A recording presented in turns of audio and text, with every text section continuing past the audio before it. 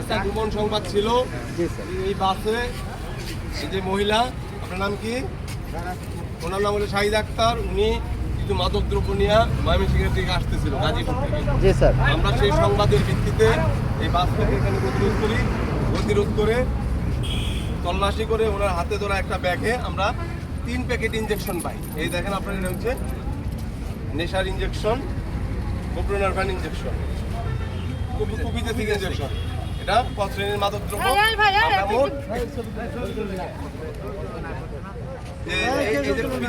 Injection আমরা পাই 300 এবং ইয়াবা ট্যাবলেট আমরা তার কাছ থেকে পাই মোট 10 প্যাকেট। সে গাজীপুর থেকে এগুলো সংগ্রহ করে নিয়ে আসতেছিল ইয়াবা ট্যাবলেট। তার ভিত্তিতে আমরা তাকে এখানে আটক করি এবং বাসের